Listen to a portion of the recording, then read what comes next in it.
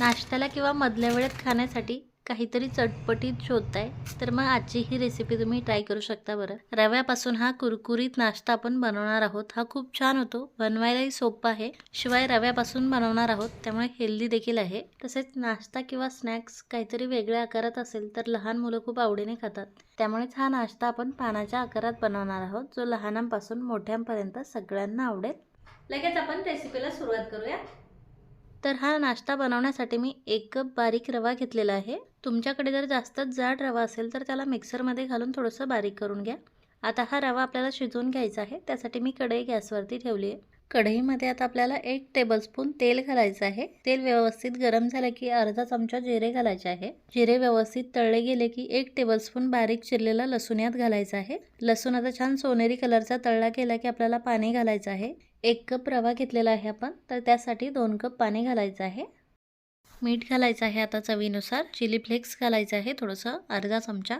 आणि या पाण्याला आता छान उकळी आणून घ्यायची आहे. पाण्याला अशी खळखळून उकळी आली की यात आपल्याला थोडीशी कोथिंबीर घालायची आहे. त्यानंतर लगेच रवा घालायचा आहे आणि आता हे व्यवस्थित मिक्स करून घट्ट होईपर्यंत शिजवून घ्यायचं आहे. रवा लवकर पाणी शोषून घेतो, त्यामुळे हा 1 ते 2 मिनिटातच घट्ट होतो. आता मिश्रण असं घट्ट झालं की लगेच गॅस बंद करायचा आहे आणि हे मिश्रण आता थोडंसं थंड करून घ्यायचं आहे. हे थंड झालं की अजून घट्ट होतं. मिश्रण आता आपलं पूर्णपणे थंड झालेलं आहे आणि हे थंड झालं की आता तुम्ही पाहू शकाल कोरडं देखील झालेलं आहे बरं. याला आता थोडंसं मोडून घ्यायचं आहे आणि यात आता आपल्याला 3 मध्यम आकाराचे उकडलेले बटाटे असे किसून घालायचे आहे. बटाट्याशिवाय देखील तुम्ही हा नाश्ता बनवू शकता बरं, पण बटाटा घातला की चवही येते आणि छान बाइंडिंगही येते, त्यामुळे उकडलेले बटाटे असेल तर नक्की घाला. आता हे व्यवस्थित मिक्स करून घ्यायचं आहे. उलटणं किंवा स्पॅच्युलाच्या मदतीने हे थोडंसं मिक्स झालं की हे आता आपल्याला हाताने मळून घ्यायचं आहे. हे मिश्रण थोडंसं हाताला चिकटतं, त्यामुळे हाताला थोडंसं तेल लावून घ्यायचं आहे आणि हे व्यवस्थित मळून छान सॉफ्ट करून घ्यायचं आहे. अशा प्रकारे आता परत हात क्लीन करून आपल्याला हाताला थोडंसं तेल लावून घ्यायचं आहे. आता या मिश्रणातलं थोडंसं मिश्रण घ्यायचं आहे. त्याला असं चौरस आकारात थोडंसं चपटं करून घ्यायचं आहे आणि त्याला असा दोन्ही बाजूने थोडंसं ओढून आपल्याला पानाचा आकार द्यायचा आहे.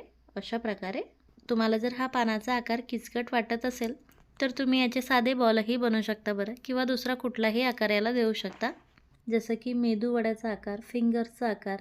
आता परत मी थोडंसं मिश्रण घेतलं आहे, त्याला चपटं करून घेतलं आहे आणि दोन्ही बाजूनी खेचून असा पानाचा आकार दिला आहे. तुम्ही पाहू शकाल पाहिजे तसा आकार देता येतो आपल्याला, कारण मिश्रण छान लवचिक असतं हे.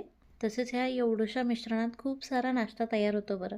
म्हणजे कमी साहित्यात जास्त नाश्ता बनवायचा असेल तर ही रेसिपी एकदम परफेक्ट आहे. आता राहिलेल्या मिश्रणाचे देखील मी असे पानं तयार करून घेते. किती सुंदर दिसतोय हा पानाचा आकार, तुम्ही पाहू शकाल. आता अर्ध्याच मिश्रणाचे मी हे पानं तयार करून घेतले आहे बरं, आणि अर्ध्या मिश्रणाचे नंतर बनवणार आहे.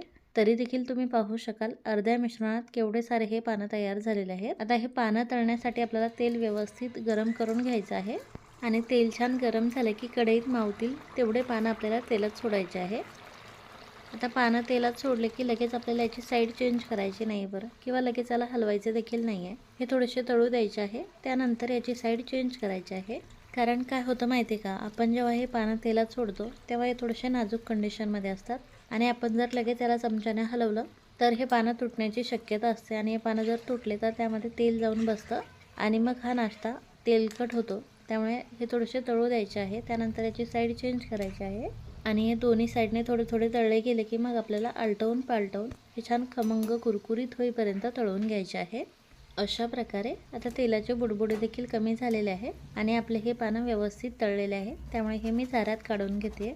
यातलं सर्व तेल निथळवून घ्यायचं आहे. छान कुरकुरीत आवाज येतोय आणि लगेच कोरडे झालेले आहे ते पानं. रंगही खूप छान सुरेख आलेला आहे. आता आपण आपली पुढची बॅच देखील अशाच प्रकारे तळून घेऊयात. पानं तेलात टाकण्यापूर्वी तेल व्यवस्थित गरम करून घ्यायचं आहे. त्यानंतर पानं तेलात सोडायचे आहे. मग गॅसची फ्लेम कमी करायची आहे आणि मध्यम आचेवरती हे आपल्याला तळून घ्यायचे आहे. एक साईड हे छान तळलेले आहे, त्यामुळे या सगळ्या पानांचे मी साईड चेंज करून घेते. आता या खालच्या साईडने देखील थोडा वेळ तळून घेते आणि त्यानंतर आता आलटवून पालटवून दोन्ही बाजूनी हे तळून घ्यायचे आहे. आता असे डार्क सोनेरी कलरचे झाले की हे आपल्याला काढून घ्यायचे आहे. यातलंही सर्व तेल आपल्याला निथळवून घ्यायचं आहे. किती सुरेख कलर आलाय तुम्ही पाहू शकाल आणि छान कुरकुरीत देखील झालेले आहेत बरं हे पानं. आवाजावरून कळालंच असेल तुम्हाला. आता हा कुरकुरीत नाश्ता तुम्ही टोमॅटो केचपसोबत खाऊ शकता किंवा कुठल्याही लाल किंवा हिरव्या चटणीसोबत खाऊ शकता. भन्नाट लागतो. बनवायला तर किती सोपं आहे हे तुम्ही पाहिलेच आहे आणि किती छान कुरकुरीत आणि आतून जाळीदार झालेला आहे हे तुम्ही पाहू शकाल. खरंच एकदा हा नाश्ता तुम्ही नक्की ट्राय करून पहा. तुम्हाला खूप म्हणजे खूप आवडेल. तर रेसिपी नक्की ट्राय करा आणि तुम्हाला जर माझी ही रेसिपी आवडली असेल तर प्लीज व्हिडिओला लाईक आणि शेअर करा. पुन्हा भेटूयात आपल्या पुढच्या रेसिपीमध्ये. Bye bye.